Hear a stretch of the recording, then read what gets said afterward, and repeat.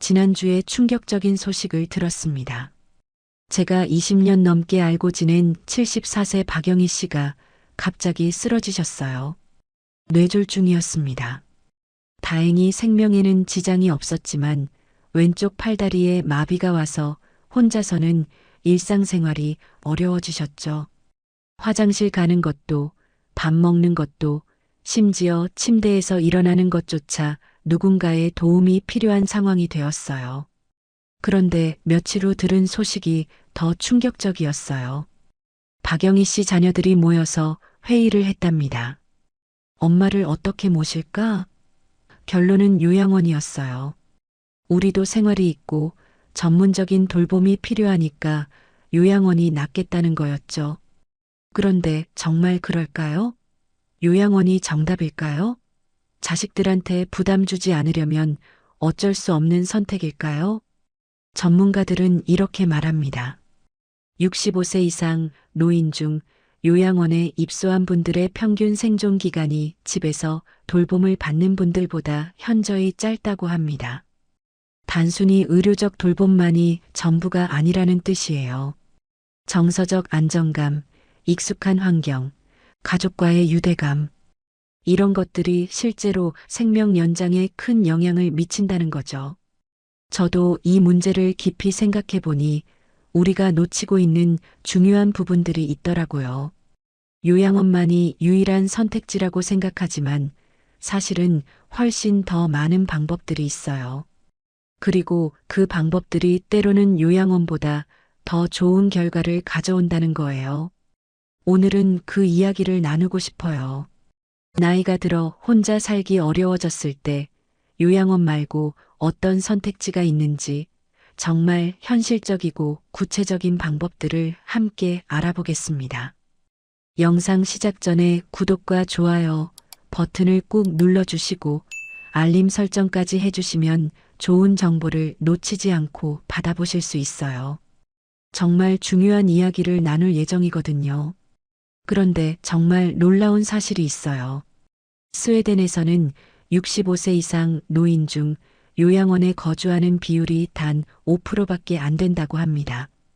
노르웨이도 마찬가지예요. 덴마크도 비슷하고요. 그런데 우리나라는 어떨까요? 점점 늘어나고 있어요. 2020년 기준으로 65세 이상 노인 중 약 8%가 요양원에 거주하고 있고 이 비율이 매년 증가하고 있거든요. 과연 무엇이 이런 차이를 만들어낸 걸까요? 북유럽 국가들이 우리보다 돈이 더 많아서일까요? 아니면 문화적 차이일까요? 더 놀라운 건 집에서 돌봄을 받는 분들이 요양원에 계신 분들보다 우울증 발생률이 절반 이하라는 연구 결과예요. 그리고 인지 기능 저하 속도도 현저히 느리다고 해요. 심지어 의료비 지출도 집에서 돌봄을 받는 경우가 평균 30% 적다는 통계가 있어요. 오늘 그 비밀을 하나씩 풀어보겠습니다. 그 이야기를 듣고 나서 정말 중요한 걸 깨달았어요. 많은 분들이 몰라서 놓치고 있는 게 있거든요. 바로 재택 돌봄 서비스예요. 요양원에 가지 않고도 집에서 전문적인 돌봄을 받을 수 있는 시스템이 이미 우리나라에도 잘 갖춰져 있어요. 그런데 정보가 부족해서 모르고 계신 분들이 너무 많아요. 68세 김명자 씨의 경우를 보면 정말 현실적인 예시가 될 것 같아요. 김명자 씨는 작년에 무릎 수술을 받으신 후 거동이 불편해지셨어요. 계단 오르내리기가 힘들고 혼자서 목욕하기도 어려워지셨죠. 처음에는 자녀들이 당연히 요양원을 알아봤어요. 전문적인 케어를 받아야 한다면서요. 그런데 마침 지역 주민센터에서 소개받은 재택 돌봄 서비스를 이용하게 되었어요. 처음에는 반신반의했다고 하더라고요. 집에서 받는 서비스가 요양원만큼 좋을까? 하고 말이에요. 전문가들은 이렇게 말합니다. 재택 돌봄 서비스는 단순히 신체적 도움만 제공하는 게 아니라 정서적 안정감과 자존감 유지에 큰 도움이 된다고 하거든요. 특히 노년기에는 익숙한 환경에서의 안정감이 면역 기능과 직결된다고 해요. 실제로 김명자 씨 집에는 주 3회 요양보호사가 오셔서 목욕, 식사 준비, 간단한 집안일을 도와드려요. 그리고 주 2회는 물리치료사가 와서 재활 운동을 함께 하시죠. 월요일과 금요일에는 방문 간호사가 와서 혈압, 혈당 체크하고 약물 관리도 해주세요. 놀라운 건 비용이에요. 요양원 입소 비용의 절반도 안 든다고 하더라고요. 장기요양보험이 적용되니까 본인 부담금이 월 30만 원 정도밖에 안 돼요. 요양원은 월 100만 원 넘게 들잖아요. 이게 중요한 이유는 뭘까요? 김명자 씨가 여전히 자신의 공간에서 자신의 루틴대로 생활할 수 있기 때문이에요. 왜냐하면 익숙한 환경에서의 생활이 노인분들의 인지 기능 유지에 매우 중요하거든요. 자신만의 물건들, 추억이 담긴 사진들, 오랫동안 길들여진 생활 습관들, 이런 것들이 모두 정체성을 유지하는 데 도움이 된다는 거예요. 보건복지부 자료를 보면 장기요양보험을 통한 재택 서비스 이용률이 매년 증가하고 있어요. 2018년에 비해 2023년에는 40% 이상 늘었어요. 하지만 정작 필요한 분들이 정보 부족으로 이용하지 못하는 경우가 여전히 많다고 하거든요. 저도 해보니 정말 그렇더라고요. 우리 동네 주민센터에 가서 물어보니까 생각보다 다양한 서비스가 있더라고요. 방문 요양, 방문 목욕, 방문 간호, 주야간 보호 서비스, 단기 보호 서비스까지 선택의 폭이 생각보다 넓어요. 특히 주야간 보호 서비스는 정말 좋더라고요. 낮 시간에는 센터에 가서 다른 어르신들과 함께 시간을 보내시고 저녁에는 집으로 돌아오시는 거예요. 사회적 교류도 유지하면서 집에서의 안정감도 놓치지 않는 거죠. 그런데 가장 중요한 건 이거예요. 서비스를 선택할 때 담당 요양보호사나 간호사와의 궁합이 정말 중요하다는 거예요. 김명자 씨 같은 경우에는 처음 오신 요양보호사가 너무 무뚝뚝하셔서 스트레스를 받으셨대요. 그래서 기관에 요청해서 다른 분으로 바꿨더니 훨씬 좋아지셨다고 하더라고요.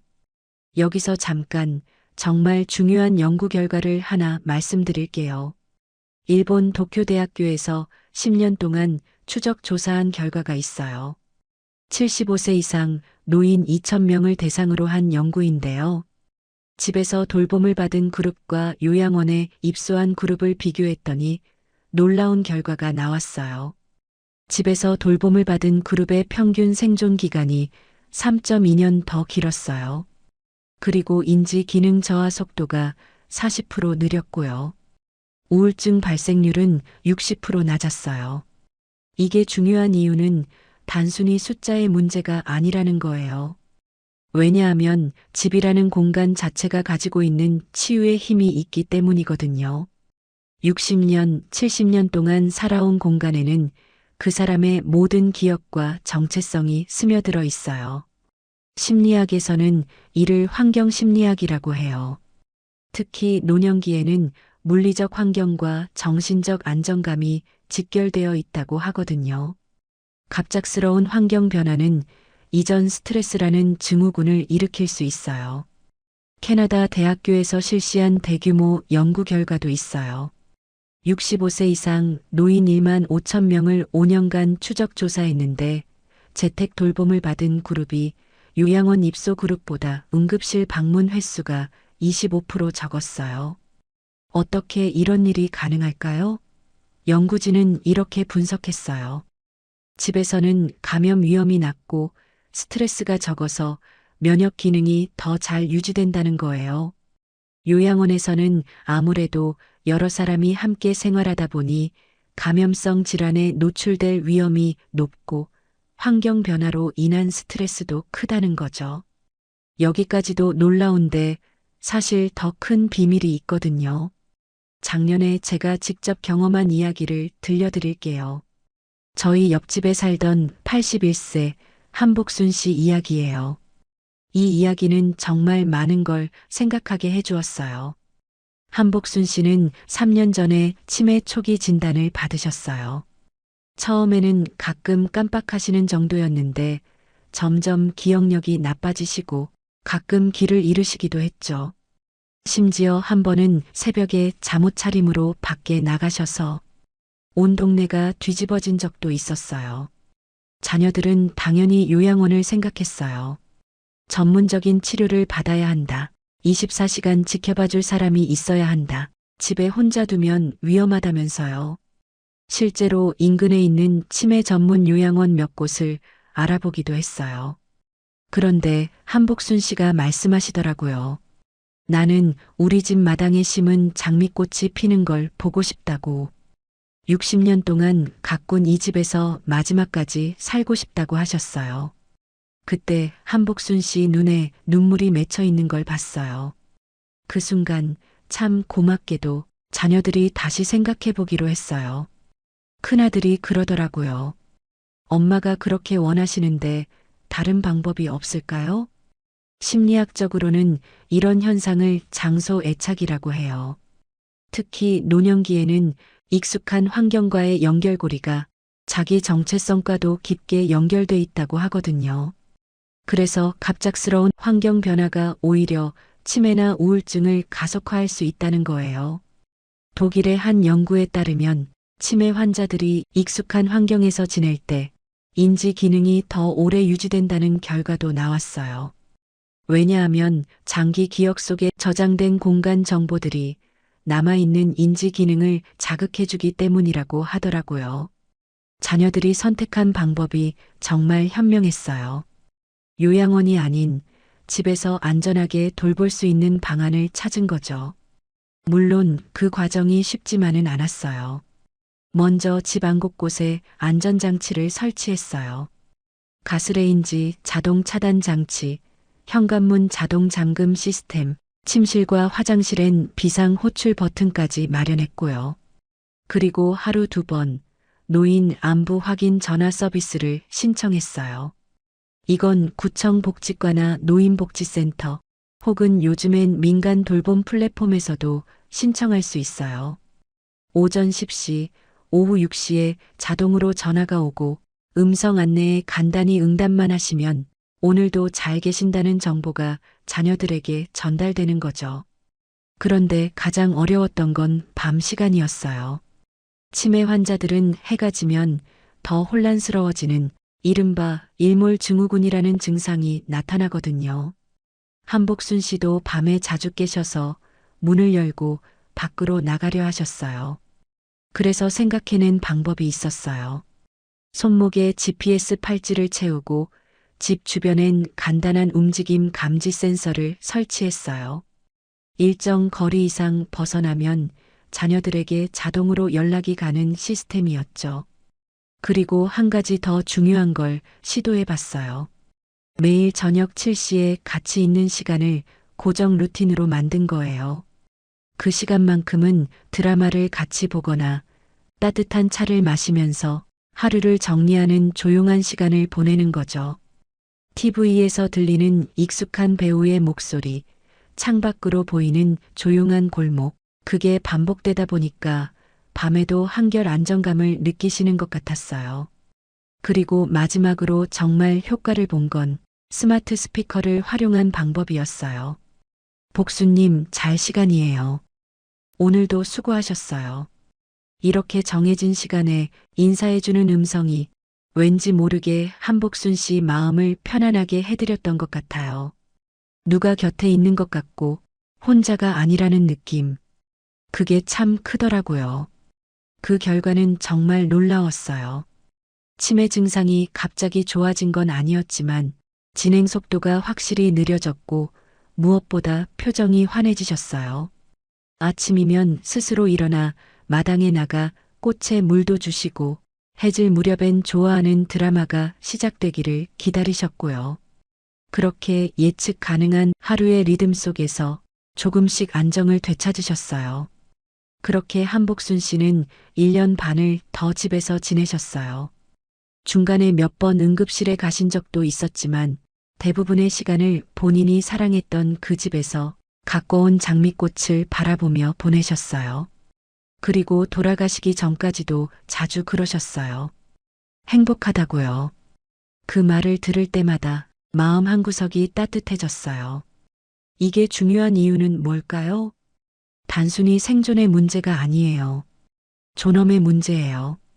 왜냐하면 자신이 평생 살아온 공간에서 자신의 방식대로 마지막을 살아간다는 것. 그건 누구에게나 너무나 소중한 권리잖아요. 한복순 씨 큰아들이 나중에 이런 말씀을 하시더라고요. 처음에는 요양원이 안전하고 편할 거라고 생각했는데 엄마가 집에서 보낸 마지막 1년 반이 오히려 가장 평화로운 시간이었던 것 같다고요. 그 말을 듣고 저도 많이 생각했어요. 우리가 말하는 안정과 편안함이 정말 그분들이 원하는 것일까? 그날 이후로 저는 확신하게 됐어요. 노년의 삶이란 돌봄의 기술보다 더 먼저 존중과 이해로 시작해야 한다는 걸요. 이제 마지막으로 가장 중요한 이야기를 나눠보겠습니다. 요즘 정말 놀라운 기술들이 나오고 있어요. 스마트 홈케어 시스템이라고 해서 집안에 다양한 센서와 기기를 설치해두면 혼자 계신 어르신의 움직임이나 이상 징후를 자동으로 감지해서 알려주는 거예요. 예를 들어 화장실에 너무 오래 계신다든지 하루 종일 움직임이 없다든지 하면 자녀나 보호자에게 바로 알림이 가는 거죠. 이 시스템이 도입되면 예전처럼 누가 항상 옆에 있어야만 안심되는 게 아니라 멀리 있어도 실시간으로 안전을 확인할 수 있어서 훨씬 든든해요. 이런 기술 덕분에 이제 진짜 집에서도 돌봄이 가능해지는 시대가 왔구나 싶은 거죠. 72세 이정호 씨의 경우를 보면 정말 신기해요. 이정호 씨는 당뇨병과 고혈압이 있으셔서 매일 혈당과 혈압을 체크해야 해요. 그런데 혼자 사시니까 자녀들이 걱정이 많았죠. 혈당이 급격히 떨어져서 쓰러지면 어떻게 하지?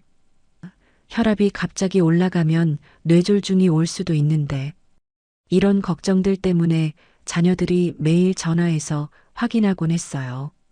그래서 설치한 게 스마트 헬스케어 시스템이에요. 집 안 곳곳에 센서들이 있어서 이정호 씨의 활동 패턴을 24시간 모니터링해요. 침실, 거실, 화장실, 부엌에 설치된 센서들이 움직임을 감지하거든요. 예를 들어서 평소에는 오전 7시에 일어나서 화장실에 가시고 8시에 부엌에서 아침을 드시는데 만약 오전 10시가 되어도 침실에서 움직임이 없으면 자동으로 자녀들과 담당 의료진에게 알림이 가요. 전문가들 얘기를 들어보면요. 요즘 나오는 움직임 감지 센서나 응급 알림 시스템 같은 걸 활용하면 혼자 계신 어르신들의 사고를 대부분 막을 수 있다고 해요. 특히 화장실에서 넘어지거나 밤중에 갑자기 몸이 안 좋아졌을 때 바로 가족이나 응급센터에 연락이 가니까 골든타임, 그러니까 도움을 받을 수 있는 가장 중요한 시간을 지킬 수 있는 거죠.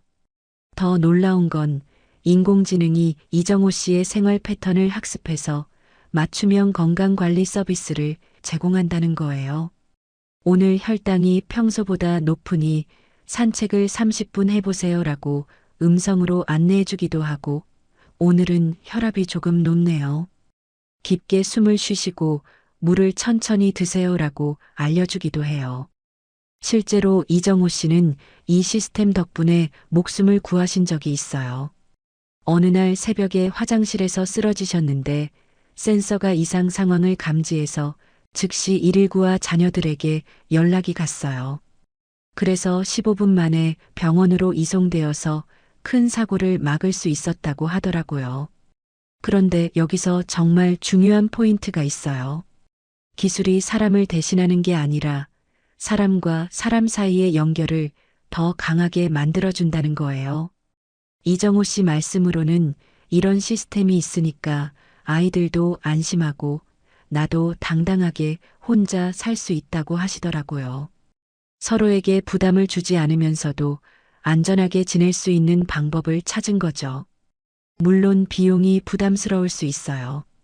하지만 요즘은 정부 지원 사업도 많이 있고 월 이용료도 생각보다 저렴해요.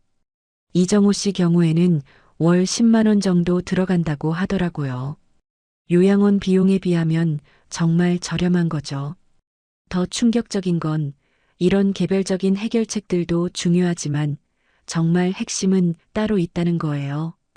바로 커뮤니티 케어라는 개념이에요. 쉽게 말하면 동네 전체가 하나의 큰 가족이 되어서 서로 돌봐주는 시스템이죠. 이게 바로 북유럽 국가들의 비밀이었어요. 옛날에 한 농부가 씨앗을 심었는데 혼자서는 농사를 지을 수 없었어요.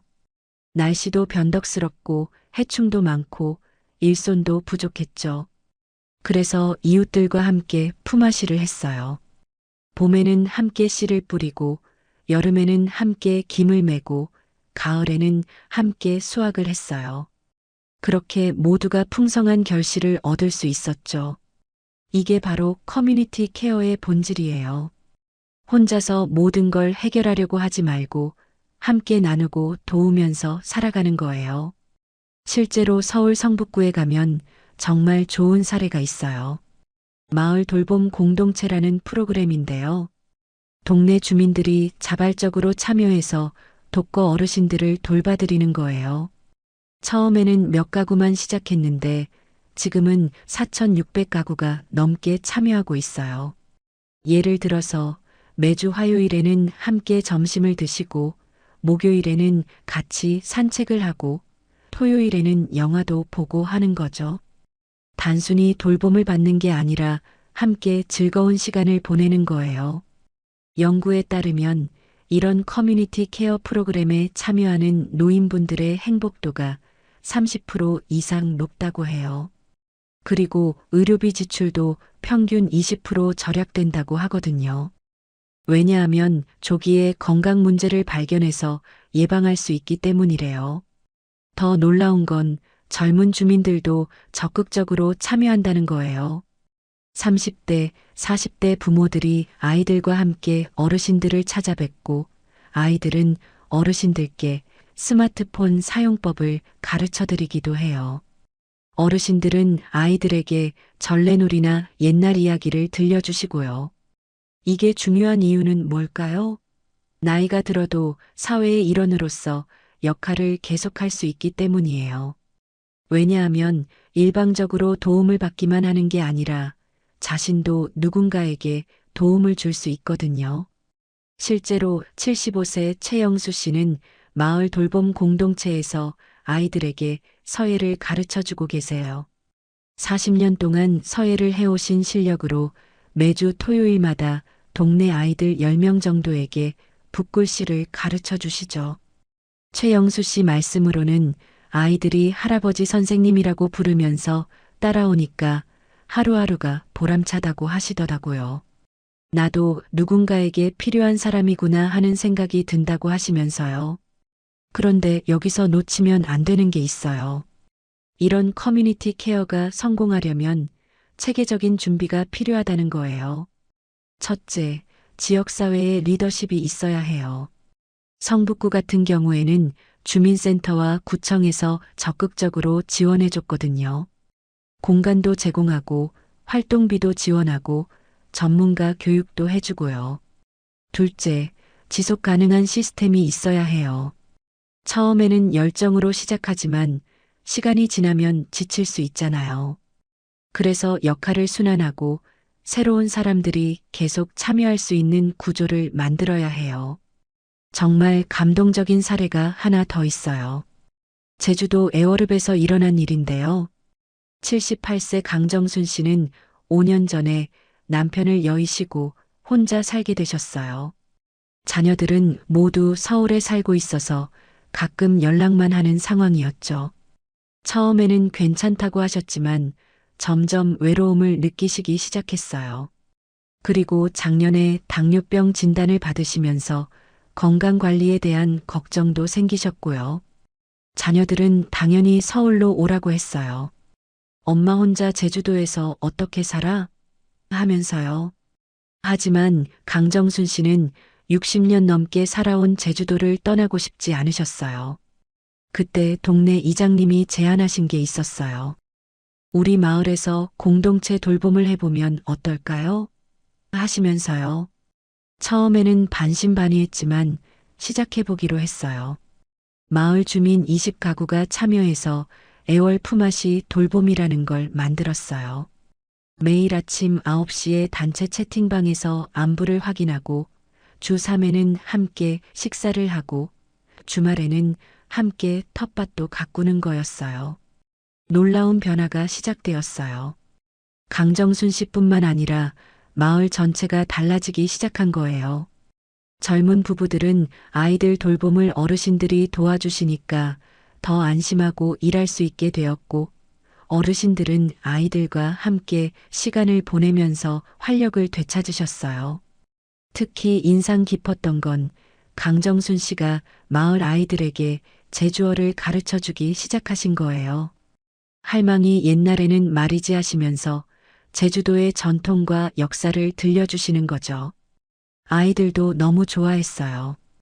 2년이 지난 지금 강정순 씨는 마을에서 없어서는 안 될 분이 되셨어요.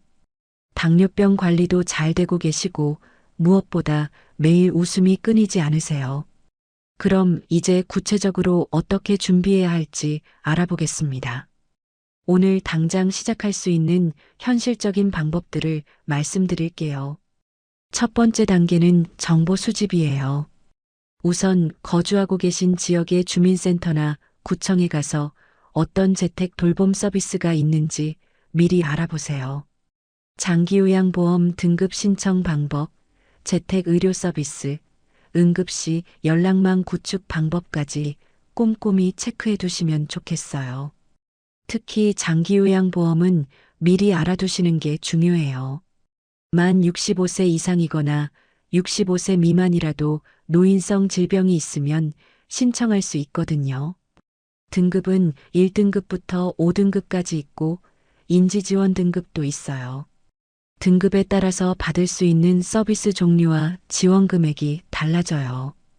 1등급과 2등급은 중증 상태로 월 한도액이 200만 원 이상, 3등급은 중등도로 월 150만 원 정도, 4등급과 5등급은 경증으로 월 120만 원에서 137만 원 정도, 인지지원 등급은 치매 특화 서비스로 월 65만 원 정도 지원받을 수 있고요. 여기서 중요한 팁이 있어요. 정보를 수집할 때는 직접 발로 뛰세요. 인터넷에서 찾는 정보와 실제 현장에서 얻는 정보는 다를 수 있거든요. 그리고 담당자와 직접 이야기하면서 궁금한 점들을 상세히 물어보세요. 두 번째 단계는 평소에 사람들과의 관계예요. 이웃들과 좋은 관계를 만들어 두세요. 평소에 인사도 나누고 가끔 안부도 묻고 작은 도움도 주고받으면서 신뢰관계를 쌓아가시는 거예요. 구체적으로 어떻게 하면 될까요? 엘리베이터에서 만나면 인사하기, 반상회나 동네 행사에 참여하기, 이런 작은 것들부터 시작하시면 돼요. 그리고 가끔 집에서 만든 반찬이나 과일을 나눠드리는 것도 좋은 방법이에요. 특히 비슷한 연령대의 이웃들과는 더 적극적으로 교류하세요. 함께 산책하기, 같이 장보기, 건강정보 공유하기, 이런 활동들을 통해서 자연스럽게 돌봄 네트워크를 만들어갈 수 있어요. 그리고 자녀들과도 솔직하게 대화해 보세요.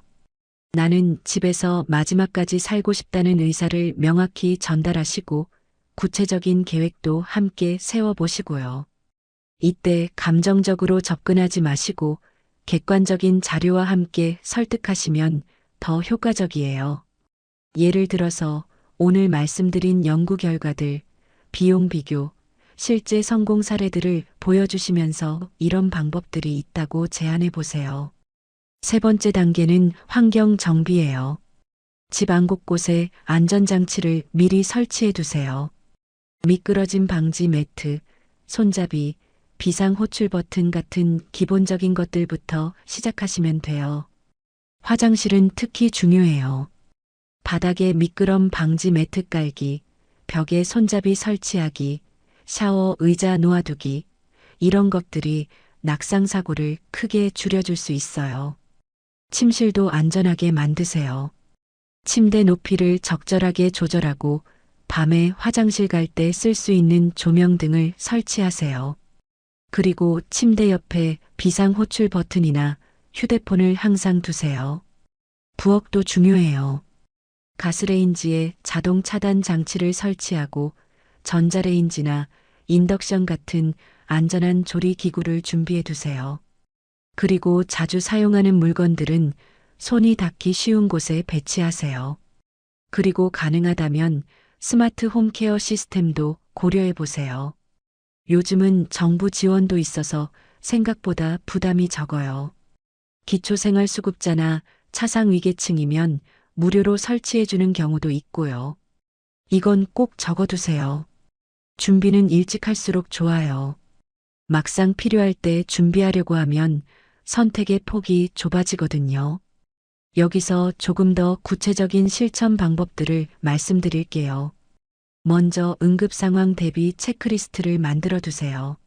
119 신고할 때 필요한 정보들, 복용 중인 약물 리스트, 알레르기나 주의사항, 비상연락처 이런 것들을 한 곳에 정리해서 냉장고 문이나 현관 근처에 붙여두세요. 구체적으로는 이런 내용들이 들어가야 해요. 성명, 생년월일, 주소, 혈액형, 복용 중인 약물과 용량, 알레르기 약물, 기존 질병, 주치의 연락처, 가족 연락처 보험 정보까지. 그리고 이 정보를 가족들도 모두 공유해 두세요. 그리고 정기적인 건강 체크 시스템을 만드세요. 혈압, 혈당, 체중 이런 기본적인 수치들을 매일 기록하고 이상이 있으면 즉시 대응할 수 있도록 준비해 두세요. 요즘은 스마트폰 앱으로도 쉽게 관리할 수 있어요. 특히 혈압이나 혈당은 측정 시간을 일정하게 하시는 게 중요해요. 예를 들어서 혈압은 매일 아침 기상 후 1시간 이내, 혈당은 식사 전후로 정해서 측정하시고 그 결과를 기록해 두세요. 그러면 패턴을 파악할 수 있어서 이상 징후를 빨리 발견할 수 있어요. 사회적 연결망도 체계적으로 관리하세요. 매일 안부를 확인할 사람, 일주일에 한 번 만날 사람, 한 달에 한 번 깊이 있는 대화를 나눌 사람, 이렇게 단계적으로 관계를 설정해 두세요. 그리고 이런 연결망을 만들 때는 상호성을 고려하세요. 일방적으로 도움을 받기만 하는 관계가 아니라 나도 상대방에게 도움을 줄 수 있는 관계를 만드는 거예요. 그래야 오래 지속될 수 있거든요. 취미 활동이나 자원봉사 활동도 계속 유지하세요. 이런 활동들이 사회적 연결고리를 만들어주고 삶의 목적 의식도 유지해주거든요. 복지관이나 문화센터에서 하는 프로그램들에 참여하시거나 동네 도서관에서 책 읽어주기 봉사를 하시는 것도 좋은 방법이에요. 재정 관리도 미리 계획하세요. 재택 돌봄 서비스 이용 비용, 안전장치 설치 비용, 응급상황 대비 비용, 이런 것들을 미리 계산해서 준비해 두세요. 그리고 장기요양보험이나 각종 지원 제도들을 최대한 활용하시고요. 구체적으로는 이런 비용들이 예상돼요. 방문 요양 서비스는 월 30만 원에서 50만 원, 방문 간호는 월 10만 원에서 20만 원, 주야간 보호는 월 40만 원에서 60만 원 정도 들어요. 하지만 장기요양보험이 적용되면 본인 부담은 15에서 20% 정도만 내시면 돼요. 여러분, 오늘 이야기를 나누면서 정말 많은 걸 느꼈어요.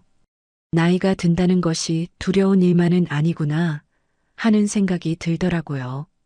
미리 준비하고 지혜롭게 선택하면 마지막까지 존엄하게 살 수 있다는 희망을 받거든요. 그리고 무엇보다 혼자가 아니라는 걸 깨달았어요. 박영희 씨 이야기로 시작했잖아요. 사실 박영희 씨 이야기에는 후속이 있어요. 요양원에 가신 지 6개월 후에 자녀들이 다시 고민하기 시작했어요. 박영희 씨가 점점 의기소침해지시고 식사도 잘 안 하시고 자주 울기도 하셨대요. 그래서 오늘 말씀드린 방법들을 참고해서 다시 집으로 모셔왔어요. 재택 돌봄 서비스를 이용하고 집안 안전장치도 설치하고 돌봄 네트워크도 만들었어요. 그리고 지금은 훨씬 밝은 모습으로 지내고 계세요. 박영희 씨가 며칠 전에 저한테 이런 말씀을 하시더라고요. 집이 최고야. 내 침대에서 자고, 내 부엌에서 밥 먹고, 내 마당에서 햇볕 쬐니까 살 맛이 난다고 하시면서요. 그때 정말 뭉클했어요. 박영희 씨의 표정이 요양원에 계실 때와는 완전히 달라져 있더라고요. 눈에 생기가 돌고 말씀하실 때도 힘이 있으시고 무엇보다 웃음이 많아지셨어요. 요양원이 절대 나쁘다는 건 아니에요. 정말 필요한 분들도 계시고 좋은 요양원들도 많이 있어요. 다만 그게 유일한 선택지는 아니라는 거죠. 우리에게는 더 많은 가능성이 있어요. 가장 중요한 건 뭘까요? 포기하지 않는 마음이에요. 나이가 들었으니까 어쩔 수 없다가 아니라 나이가 들어도 내 방식으로 살 수 있다는 생각을 갖는 거예요. 그리고 혼자가 아니라는 걸 기억하세요. 가족도 있고, 이웃도 있고, 사회적 지원 시스템도 있어요. 그 연결고리들을 하나씩 만들어 가시면 돼요. 작은 인사 한마디, 안부 전화 한 통, 이런 작은 것들이 모여서 큰 힘이 되거든요. 저도 오늘 이 영상을 준비하면서 많이 배웠어요. 우리 모두가 언젠가는 나이가 들고 누군가의 도움이 필요한 시기가 올 거잖아요. 그때를 위해서 지금부터 준비하고 관계를 만들어가고 지혜를 쌓아가는 게 중요하다는 걸 깨달았어요. 그리고 나이 드는 것이 끝이 아니라 새로운 시작일 수도 있다는 걸 알았어요. 한복순 씨처럼 마지막까지 자신이 사랑하는 꽃을 가꾸면서 살 수도 있고, 최영수 씨처럼 아이들에게 자신의 기술을 전수하면서 보람을 느낄 수도 있고, 강정순 씨처럼 지역 문화의 전수자 역할을 하면서 새로운 의미를 찾을 수도 있어요. 오늘 영상이 도움이 되셨다면 좋아요 버튼을 꾹 눌러주시고 구독과 알림 설정도 부탁드려요. 그리고 댓글로 여러분의 생각도 나눠주세요. 특히 비슷한 상황에 계신 분들의 경험담도 공유해 주시면 다른 분들에게 큰 도움이 될 거예요. 우리가 서로의 경험을 나누고 지혜를 모으면 더 좋은 방법들을 찾을 수 있을 거거든요. 가족들과 함께 보시면 더 좋을 거예요. 미리 함께 이야기해보고 계획을 세워보시면 나중에 큰 도움이 될 거거든요. 그리고 이런 대화 자체가 가족 간의 유대감을 더 깊게 만들어줄 거예요. 나중에 다시 한번 보시면서 체크리스트도 만들어 보세요. 오늘 말씀드린 내용들을 하나씩 실천해 보시면 분명 좋은 결과가 있을 거예요. 특히 3가지는 꼭 기억해 두세요. 내가 받을 수 있는 도움이나 서비스는 뭐가 있는지 미리 알아두는 것, 주변 사람들과 조금씩 말문을 트고 마음을 나누는 것, 그리고 집안을 내 몸에 맞게 더 편하고 안전하게 바꿔보는 것. 이 3가지만 차근차근 해보셔도 훨씬 덜 불안하고 하루하루가 훨씬 편해지실 거예요. 마지막으로 이 말씀을 드리고 싶어요. 나이 드는 것은 쇠퇴가 아니라 성숙이에요. 그리고 도움을 받는 것은 부끄러운 일이 아니라 지혜로운 선택이에요. 우리 모두가 서로 돕고 사는 세상, 그런 세상을 만들어가면 좋겠어요. 함께 나이 들어가는 것이 두렵지 않은, 오히려 기대되는 그런 사회를 만들어 가시면 좋겠습니다. 여러분 한 분 한 분이 그 변화의 시작이에요. 그럼 오늘은 여기서 마무리하겠습니다. 항상 건강하시고 행복한 하루 보내세요. 다음 영상에서 또 만나요.